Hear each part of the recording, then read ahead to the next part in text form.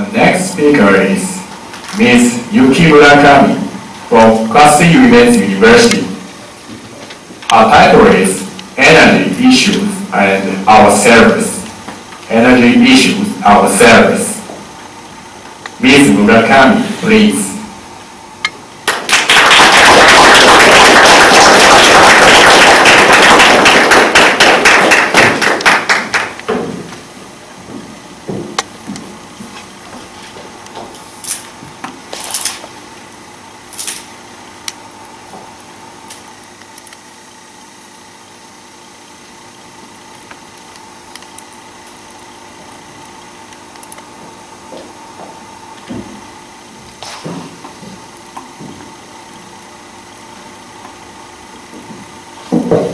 Thank you, Mr. Pearson, and the distinguished judges and the questioner. Good morning, everyone. So, ladies and gentlemen, today I have one question to ask you. What do you think about restarting nuclear power plants? Well, I am against restarting. Regarding the Fukushima tragedy, there are still remaining various problems. Its cause, responsibility, and future. So now, I'd like to introduce Kenichi Ellsworth. He is a former judge who issued a ruling to order the suspension of a nuclear reactor in 2006. About the Fukushima tragedy, he said,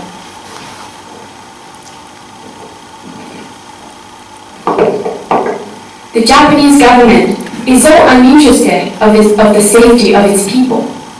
They didn't disclose the data of the speed to the public, felt no guilt of exposing people to 20 mil annual dose limit of radiation."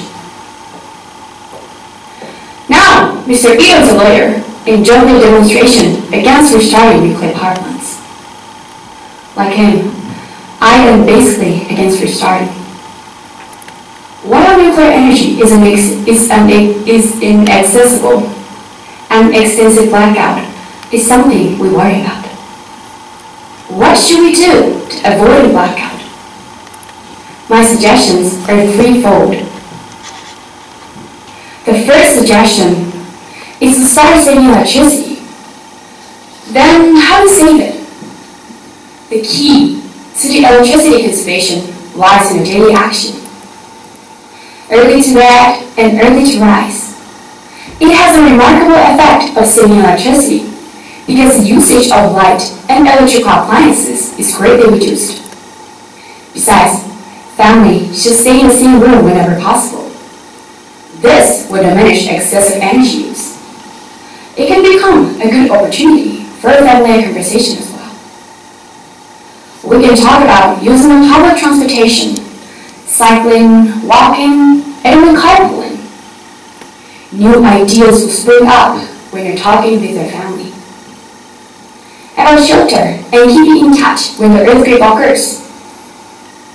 There are lots of things to talk about as we experienced the March 11th earthquake, a nuclear power plant catastrophe. The second suggestion is be smart. We have to learn a lot about how to manage electricity. Last summer, some people were heat-shock because they abstained from using an air conditioner. This is an example of overreaction. The night lights on the road were switched off. However, it was a useless attempt because there was a sufficient amount of electricity during the nighttime. The demand changes throughout the day, so it is not that we are in danger of blackout all the time.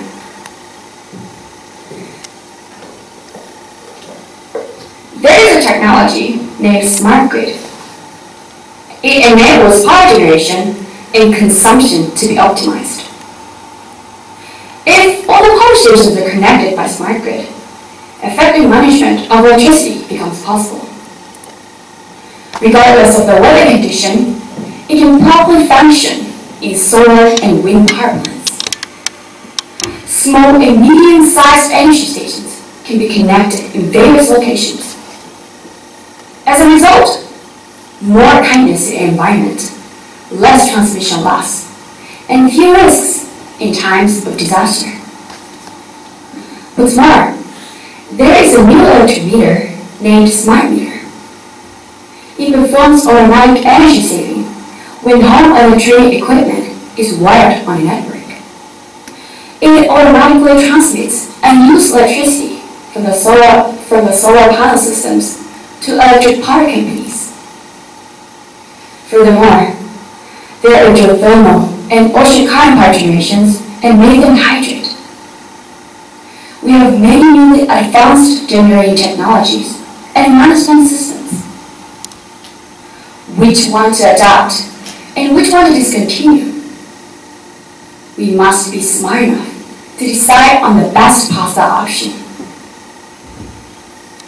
The third suggestion is to suggest ideas of our own. Formerly, only a few restricted people participated in the decision-making process. A nuclear energy project was propelled. This way, the myth of nuclear energy safety has been established. Today, we can request the information disclosure, and we can evaluate and criticize political measures. It is also a good way to write for newspapers or magazines. We can also apply for speech contests like what I'm actually doing now. What about the internet? There is a service for the easy setup of home pages and blogs. We can post our ideas on the Facebook and Twitter. Traditionally, we ordinary people only got information from the mass media, like newspapers or TVs. Sending information was a privilege confined to only a few limited people. However, the internet is changing the situation. Now we can spread ideas easily. Anyone can suggest opinions, launch discussions, and introduce new ideas. This way, we can become a powerful opinion maker to change our society. The public opinion made up of many people can revolutionize politics and the world. At last, I'd like to introduce Kwassui Hessl's words.